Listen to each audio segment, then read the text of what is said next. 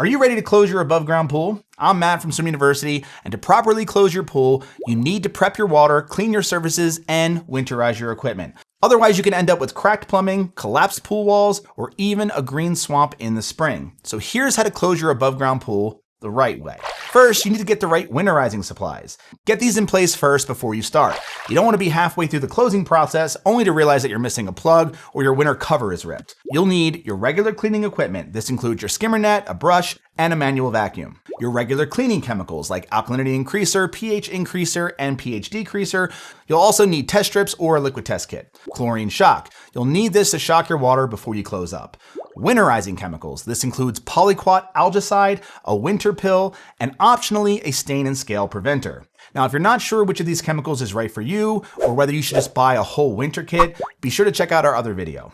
You need a winter cover and a securing system. This means a cable, winch, cover clips, or water bags. Check your cover for damage before you start the winterizing process in case you need to buy a new one. An air pillow. An air pillow protects your pool walls from ice expansion.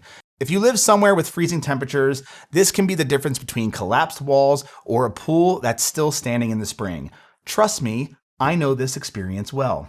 Winterizing plugs. You'll want a 1.5-inch threaded winter plug with an O-ring for each of your return jets. You probably only have one though.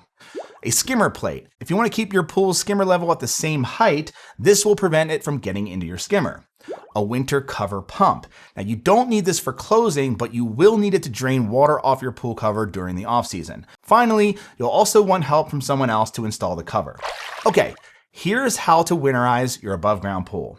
Plan to start this process about a week before you officially close out your pool. This will give you time to clean, shock the water, and troubleshoot anything before closing. Step number 1 is to remove any accessories. This includes ladders and steps. You want them out of the way before you give your pool one final deep clean. Step number 2 is to skim, brush, and vacuum. Any debris left in your pool will decompose over the winter, which will stain your liner or lead to algae. You want to skim your surfaces, brush down the walls, the floors, and every little crevice, and vacuum the pool. The cleaner your pool is now, the cleaner it will be in the spring. Step number 3, test and balance your water chemistry. You want to test your water and pay attention to these levels. Total alkalinity, which should be between 80 and 120 parts per million. pH, which should be between 7.4 and 7.6.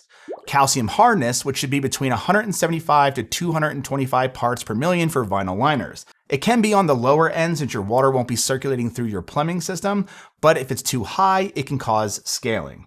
Check out our other video on calcium hardness if you're not sure about the right levels for your pool. CYA, which should be between 30 and 50 parts per million.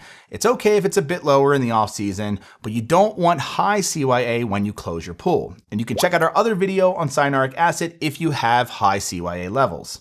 Now don't worry about your chlorine levels yet since you'll be shocking the pool in a later step, but getting these other levels balanced first ensures that your shock will work effectively and protect your pool surfaces. By the way, if you want all of this information in one place, we break down the entire pool closing process in the Pool Care Handbook. And you can get your copy by going to swimu.com/book or by using any of the links below. Step number 4 is to add chlorine shock a few days before closing. You want to shock your pool 2 to 3 days before putting the cover on, not the same day. High chlorine levels can interfere with some of the winterizing chemicals like algicide. For closing, I would use a double dose of chlorine shock. That's 2 pounds of granular shock for every 10,000 gallons of water that you have. If you've noticed any algae during the cleaning process, go with a triple dose. Now, if you're not sure how to shock your pool or what chlorine shock is right for you, be sure to check out our other video. Now, after shocking, you want to run your filter system for at least 8 hours, preferably overnight, to circulate the shock throughout the pool. Step number 5 is to clean your filter. Make sure to backwash or clean your filter one last time before you close, especially if you've just shocked the pool and the water was murky, green, or full of debris. Step number 6 is to add your winterizing chemicals. Right before closing, add your winter chemicals. Using an algicide, a winter pill, or a stain and scale preventer can help prevent scum, algae, and staining in the off season. Step number 7 is to plug your return jets and your skimmer.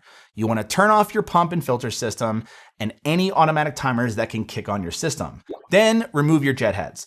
Take your winter plugs and screw them into each return fitting. Next, you want to remove your skimmer basket. Then you can install a winter skimmer cover plate to seal off your skimmer. This allows you to keep your water level in your pool at its normal level. If you don't want to use a skimmer plate, you can lower the water level a few inches below your skimmer opening and the return jets.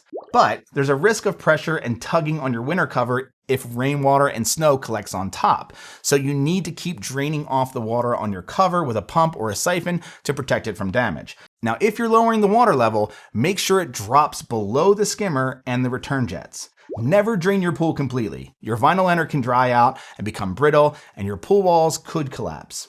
Now, we have a whole video on why draining your pool is not the right choice. Step number 8 is to disconnect and drain your plumbing and equipment. Disconnect all suction side and return side hoses and drain them thoroughly. Store them inside for the winter. Then you can set your filter's multi-port valve to winterize and remove the drain plug at the bottom. If your multi-port valve has a bleeder valve and a sight glass, remove those as well. Now for cartridge filters, you want to remove the cartridge before storing it indoors. Remove all of the drain plugs from your pump, your chlorinator, and any other equipment that you have. Store the plugs and the sight glass and the bleeder valve in your pump's basket so that you know where to find everything in the spring. Now, if you have a salt system, you're going to want to remove the salt cell for the winter and set it to the winter setting. Take a few moments to clean the cell before storing it. It'll prolong its life and help reduce the risk of hardware problems when it's time to reopen your pool. Step number 9, install your air pillow. Now you can inflate your air pillow to about 50 to 60% of its capacity. This allows it to compress without popping. Place it in the center of your pool. You can use a thin rope to secure it to the opposite sides of your pool. Step number 10 is to install your winter cover. Now with someone else's help, carefully place your winter cover over the pool and the air pillow. Secure it using the cable and winch system or cover clips or a combination of both. If you have a walk-around deck, you can add water bags for extra security, but never use bricks or stones because if they fall into the pool, they're going to damage your liner. And keep an eye on your cover all winter and remove any standing water with a cover pump. Now, if you follow these steps correctly, your water should be relatively clear in the spring. And if you need more help with step-by-step guidance on closing your pool, be sure to check out the pool closing section in the Pool Care Handbook. Thanks for watching and happy swimming or closing.